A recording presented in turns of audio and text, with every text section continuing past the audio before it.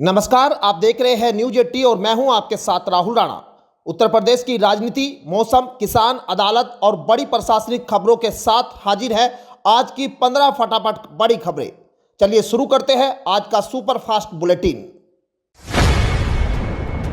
अयोध्या स्थित श्री राम जन्मभूमि परिसर के मंदिरों से चढ़ावे की धनराशि चोरी होने के आरोपों के बीच श्री राम जन्मभूमि तीर्थ क्षेत्र ट्रस्ट ने मुख्यमंत्री योगी आदित्यनाथ से SIT जांच कराने का अनुरोध किया है। ट्रस्ट ने मुख्यमंत्री कार्यालय को पत्र भेजकर मामले की निष्पक्ष और गहन जांच की मांग की है।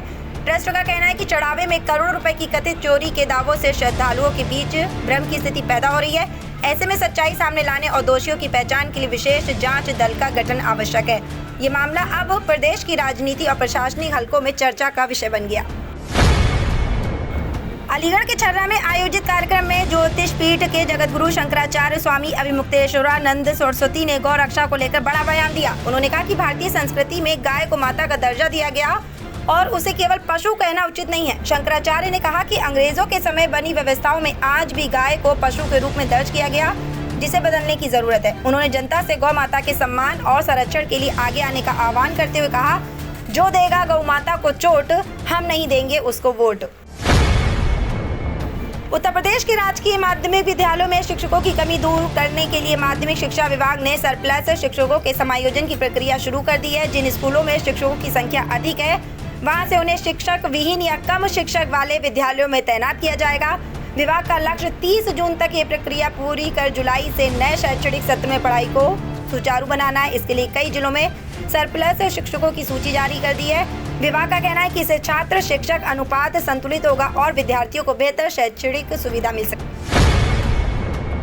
उत्तर प्रदेश के सरकारी विभागों में कार्यरत करीब 4 लाख आउटसोर्स कार्मिकों को सितंबर से बढ़े हुए मानदेय और अन्य सुविधाओं का लाभ मिल सकता है। इसके लिए उत्तर प्रदेश आउटसोर्स सेवा निगम का पोर्टल अगस्त तक तैयार करने के निर्देश दिए गए।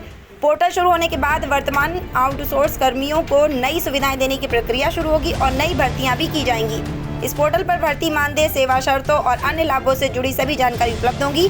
सरकार का उद्देश्य आउटसोर्स कर्मियों के प्रबंधन को पारदर्शी और व्यवस्थित बनाना है। उत्तर प्रदेश सरकार जुलाई से परिषदीय और कस्तूरबा गांधी बालिका विद्यालयों में विशेष कैचअप शिक्षण अभियान शुरू करने जा रही है। इस अभियान का उद्देश्य उन विद्यार्थियों के लर्निंग गैप को दूर करना है जो अपेक्षित अधिकतम स्तर तक नहीं पहुंच पाए हैं। इसके तहत जुलाई में 15 दिवसीय पुनरावृत्ति शिक्षण कार्यक्रम चलाया जाएगा, जबकि अगस्त 2026 से जनवरी 2027 तक प्रतिदिन 20 से 30 मिनट तक अतिरिक्त पढ़ाई कराई जाएगी। विद्यार्थियों का आकलन कर उनकी जरूरत के अनुसार समूह बनाए जाएंगे और विशेष शिक्षण योजनाएं लागू की जाएंगी ताकि कोई भी बच्चा पढ़ाई में पीछे न रह जाए। आजाद समाज पार्टी ने आगामी उत्तर प्रदेश विधानसभा चुनाव को लेकर तैयारियां तेज कर दी हैं। पार्टी ने संकेत दिए हैं कि वह चुनाव अकेले लड़ सकती हैं। टिकट वितरण से पहले पार्टी ने उम्मीदवार चयन के लिए साक्षात प्रक्रिया शुरू की है। प्रदेश अध्यक्ष सुनील चित्तौड़ के अनुसार नगीना सांसद और पार्टी प्रमुख चंद्रशेखर आजाद 13 से 18 जून तक लखनऊ में रहकर विधानसभा टिकट के दावेदारों का स्वयं साक्षात करेंगे। पार्टी का दावा है कि योग्य और जमीनी कार्यकर्ताओं को प्राथमिकता दी जाए। इसके साथ ही पार्टी ने शराबबंदी और 750 रुपए न्यूनतम मजदूरी देने जैसे वादे भी किए हैं। मेरठ स्थित चौधरी चरण सिंह विश्वविद्यालय और दक्षिण कोरिया के डोंगगुक विद्यालय के वैज्ञानिकों ने ग्रीन हाइड्रोजन उत्पादन की नई तकनीक विकसित करने स्वच्छ ऊर्जा के क्षेत्र में बड़ी उपलब्धि हासिल की है। शोधकर्ताओं ने ऐसी तकनीक का विश्लेषण किया जिससे सूर्य की रोशनी की मदद से सीधे पानी को तोड़कर ग्रीन हाइड्रोजन गैस तैयार की जा सकती है। वैज्ञानिकों का दावा है कि ये तकनीक भविष्य के लिए ऊर्जा संकट, जलवायु परिवर्तन और पेट्रोल डीजल जैसे जीवाश्म ईंधनों पर निर्भरता कम करने में मददगार साबित हो सकती है। ये शोध अंतर्राष्ट्रीय वैज्ञानिक पत्रिका कोऑर्डिनेशन केमिस्ट्री रिव्यूज में प्रकाशित हुआ है।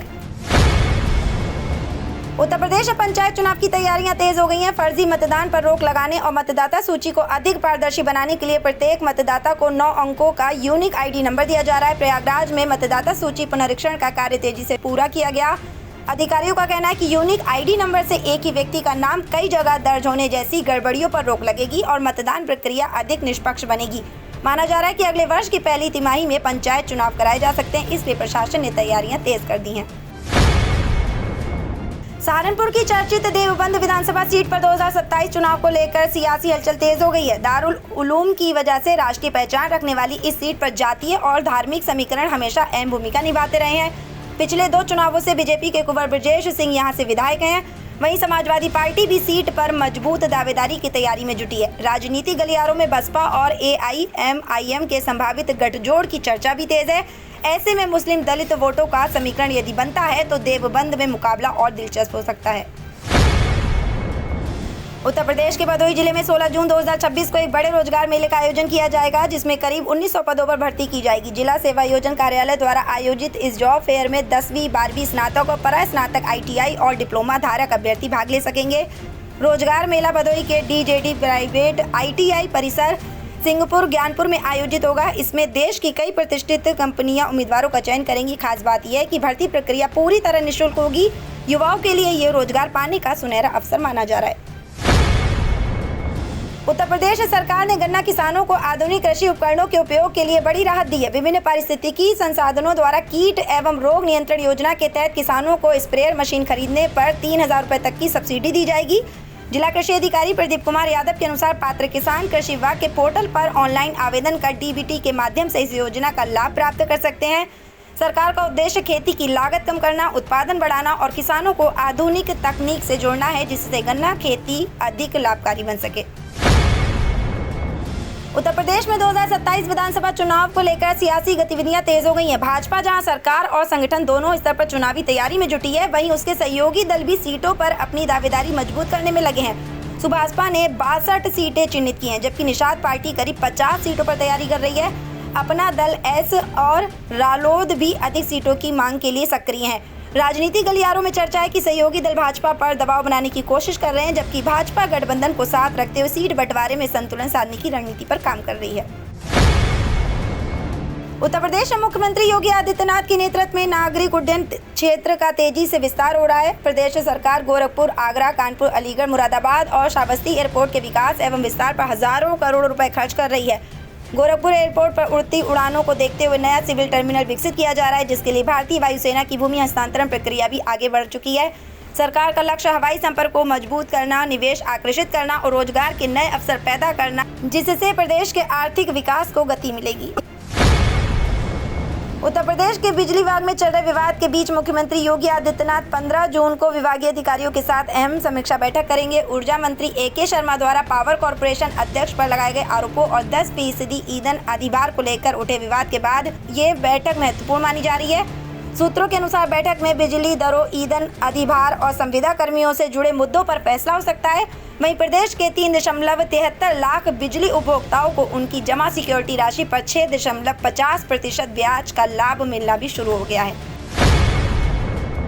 और उत्तर प्रदेश में मौसम ने करवट ले ली है। भारतीय मौसम विभाग ने राज्य के कई जिलों के लिए तेज आंधी और बारिश का अलर्ट जारी किया। अगले 24 घंटे के दौरान प्रदेश में 80 से 90 किलोमीटर प्रति घंटे की रफ्तार से तेज हवाएं चलने की और गरज चमक के साथ बारिश होने की संभावना है।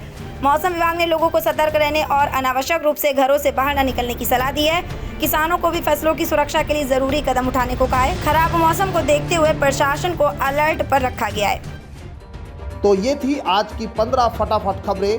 अगर आपको वीडियो पसंद आया तो वीडियो को लाइक, शेयर व कमेंट जरूर करें। धन्यवाद।